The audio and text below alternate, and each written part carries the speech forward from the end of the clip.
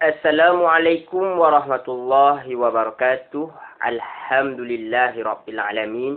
Wassalatu wassalamu ala ashrafil anbiya'i wal mursalin wa ala alihi wa sahbihi ajma'in. Rabbi shrah li sadri wa yassir li amri wahlul 'uqdatam min lisani yafqahu qawli. Amma ba'd. Alhamdulillah summa alhamdulillah. Bismillah, kita dapat berjumpa sekali lagi dalam slot kisah para Nabi. Kita telah pun sampai kepada kisah di mana Iblis telah pun diusir daripada syurga. Sekarang ni persoalan kita, adakah dia terus diusir? Di manakah dia? Bagaimanakah setelah dia diusir, dia mampu lagi menggoda kedua ibu dan ayah kita, iaitu Adam dan isterinya Hawa? Bagaimana perkara itu akan berlaku? Bagaimanakah ia boleh berlaku sedangkan dia telah diusir? Kita katakan wallahu a'lam. Adakah ia terus diusir atau hanya sekadar pengumuman untuk diusir? InsyaAllah bila tiba waktunya kita akan memperbincangkan perkara tersebut. Baik, apa khabar tuan-tuan, puan-puan, muslimin, muslimat yang dirahmati Allah Subhanahu wa ta'ala? Semoga berada dalam keadaan yang dirahmati Allah Subhanahu wa ta'ala. Okey, kita nak sambung perbincangan kita dalam kisah Nabi Adam alaihissalam ini. Jadi kita nak katakan bahawa Adam alaihissalam itu tidak dijadikan berseorangan lah. Kerana sifat manusia itu perlu ada pasangan hidupnya.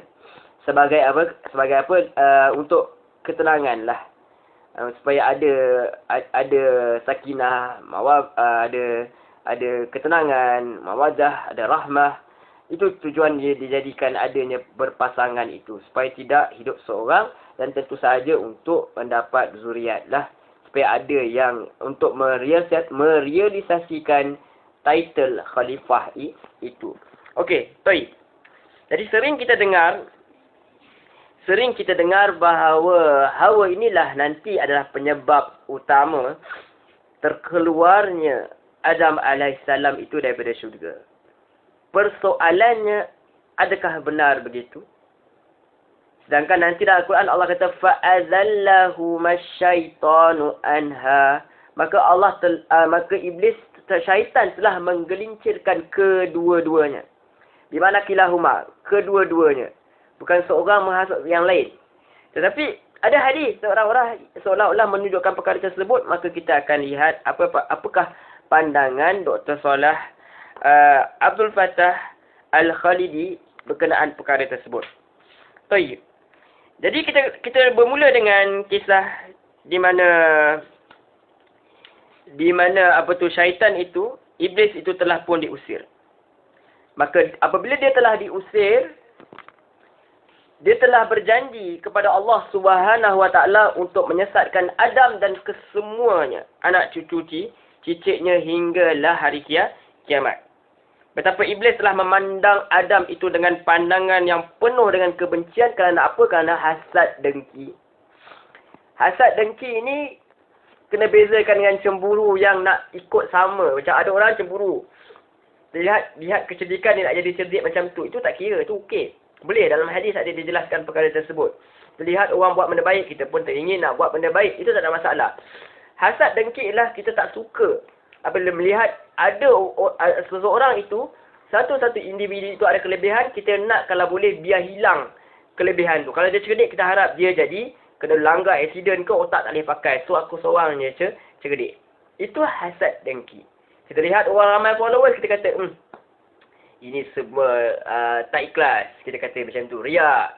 Kita buat macam-macam. Kita lihat orang bagi sedekah, kita kata ini riak. Ini buat kerja. Ini adalah kecerdikan yang tak, ini adalah kebaikan yang tak sepatutnya ada. Jadi kita kata perkara-perkara macam tu. Sebab kita takut kita hasad dengki.